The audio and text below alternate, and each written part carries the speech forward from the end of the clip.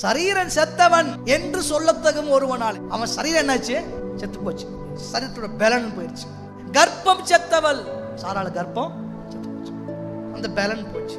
ஆனா கூட அவங்க அக்கௌண்ட்டை கர்த்தர் க்ளோஸ் பண்ணல. அந்த 2 பேரை வச்சுக்கிட்டு அந்த 2 பேருக்கு ஒரு பிள்ளையை ஈசாக்க கொடுத்து, அங்கிருந்து தேவன் ஏசா யாக்கோபை கொடுத்து, அங்கிருந்து சந்ததியை தொடர பண்றதுக்கு ஒரு பிளான் இருக்கிறதுனால சரீரம் செத்தவனாலும் கர்ப்பம் செத்தவனாலும் அவங்க 2 பேருடைய அக்கௌண்ட்டை கர்த்தர் க்ளோஸ் பண்ணாம வச்சிருந்தாரு. குறித்த காலம் வந்த பொழுது அந்த வார்த்தை நிறைவேறிச்சு. கர்த்தர் அவர்களுக்கு ஈசாக்க கொடுத்தாரு. அந்த 2 பேரும் வயதான காலத்திலையும் அந்த ஆசீர்வாதத்தை பார்த்தாங்க. அதுக்கப்புறம் தான் பரலோகத்துக்கு போனாங்க. ஏன் கர்த்தருடைய வார்த்தை அவங்க வாழ்க்கையில கொடுக்கப்பட்டிருந்துச்சு. இன்னைக்கு இந்த கேள்வி என்னன்னா, உங்க வாழ்க்கையில கர்த்தர் உங்களோடு பேசியிருக்காரா? அப்பதான் உங்களுக்கு அந்த தைரியம் வரும்.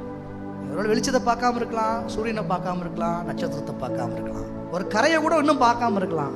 ஆனா கர்த்தர் முகத்தை பாருங்க. கர்த்தருடைய வார்த்தை உங்களுக்கு கிடைச்சிருச்சுன்னா உங்களுக்கு சொல்லப்பட்டபடியே அது நடக்கும்.